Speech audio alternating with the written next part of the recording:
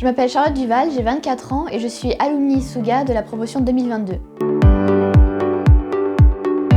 J'ai choisi Isuga parce que j'étais passionnée par l'Asie et particulièrement le Japon. Et je voulais à la fois combiner ma passion pour le Japon et un métier qui me permette de voyager. J'étais en terminale S et avec mon conseiller d'orientation, j'ai découvert la brochure Isuga. Et quand j'ai vu que c'était une école de commerce unique en France, j'ai trouvé que c'était le combo parfait et c'est pour ça que j'ai choisi Isuga.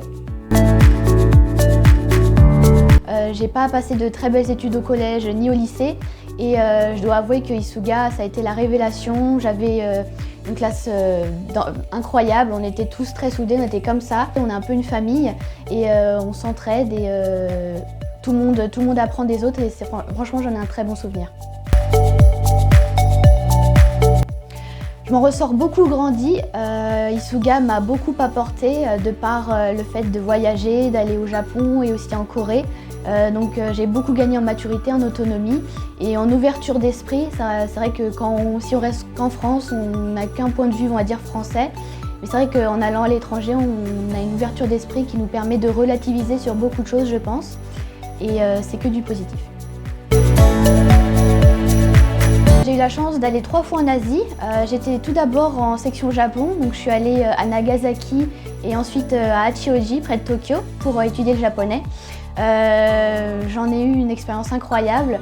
À Nagasaki, en première année, j'ai eu la chance d'aller en famille d'accueil.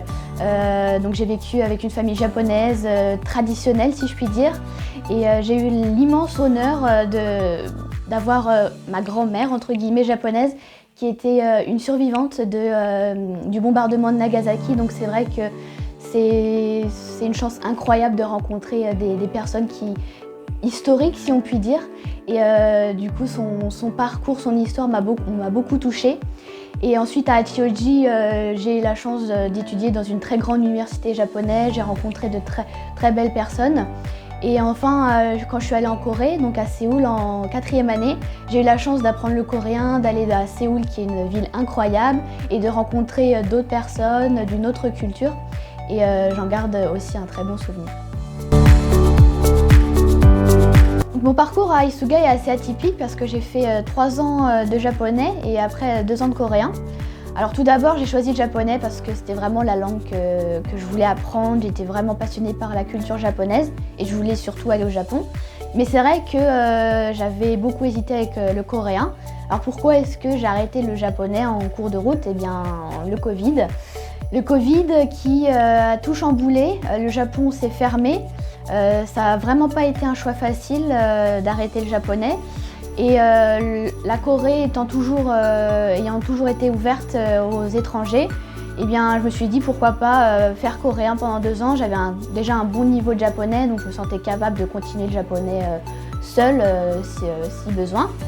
Et du coup, j'ai fait 2 ans en Corée car le pays était toujours ouvert. Et je me suis dit que ça pourrait être que du plus d'aller en Corée, d'apprendre le coréen. Mais ça n'a pas été un choix évident. Je pense que si le Covid n'avait pas été là, j'aurais continué le japonais parce que ça me plaisait beaucoup quand même. Donc j'ai fait mon stage de fin d'études à Boston dans une agence immobilière spécialisée dans les biens de luxe. Alors j'ai fait ce choix parce que j'étais en section luxe à l'école, donc ça nous permet d'avoir une connaissance de l'industrie du luxe. Et j'ai toujours été intéressée par l'immobilier. Je me suis dit que c'était la bonne occasion d'aller aux États-Unis, surtout que le pays venait de réouvrir après le Covid. Et j'ai choisi Boston parce qu'il s'agit de la 3e ville la plus chère des États-Unis, après New York et Los Angeles, et une ville historique avec de grandes universités comme Harvard ou le MIT. Et je me suis dit que ça pourrait être intéressant d'aller là-bas faire mon stage. J'ai eu la chance aussi de travailler avec une Taïwanaise, une Hongroise, donc ça permet d'avoir un champ de vision un peu sur la manière de travailler des gens avec différentes cultures, et j'en garde un très bon souvenir. Pendant mon stage à Boston, je faisais partie de l'équipe marketing digitale. Donc mes missions principales, c'était d'aider les agents à promouvoir leurs biens immobiliers Et ça passait par la mise à jour de leur site internet, donc j'ai beaucoup travaillé sur Squarespace ou GoDaddy par exemple. J'étais chargée de gérer le compte Insta de l'agence, donc il y avait plus de 17 000 abonnés, donc c'est pas énorme mais c'est pas peu non plus.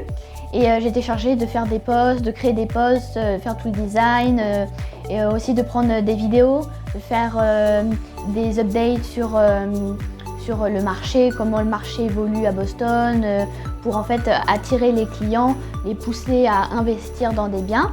Et aussi j'ai eu 3 fois la chance de faire des visites d'appartements. J'ai notamment conclu la vente d'un appartement à 900 000 $ je crois.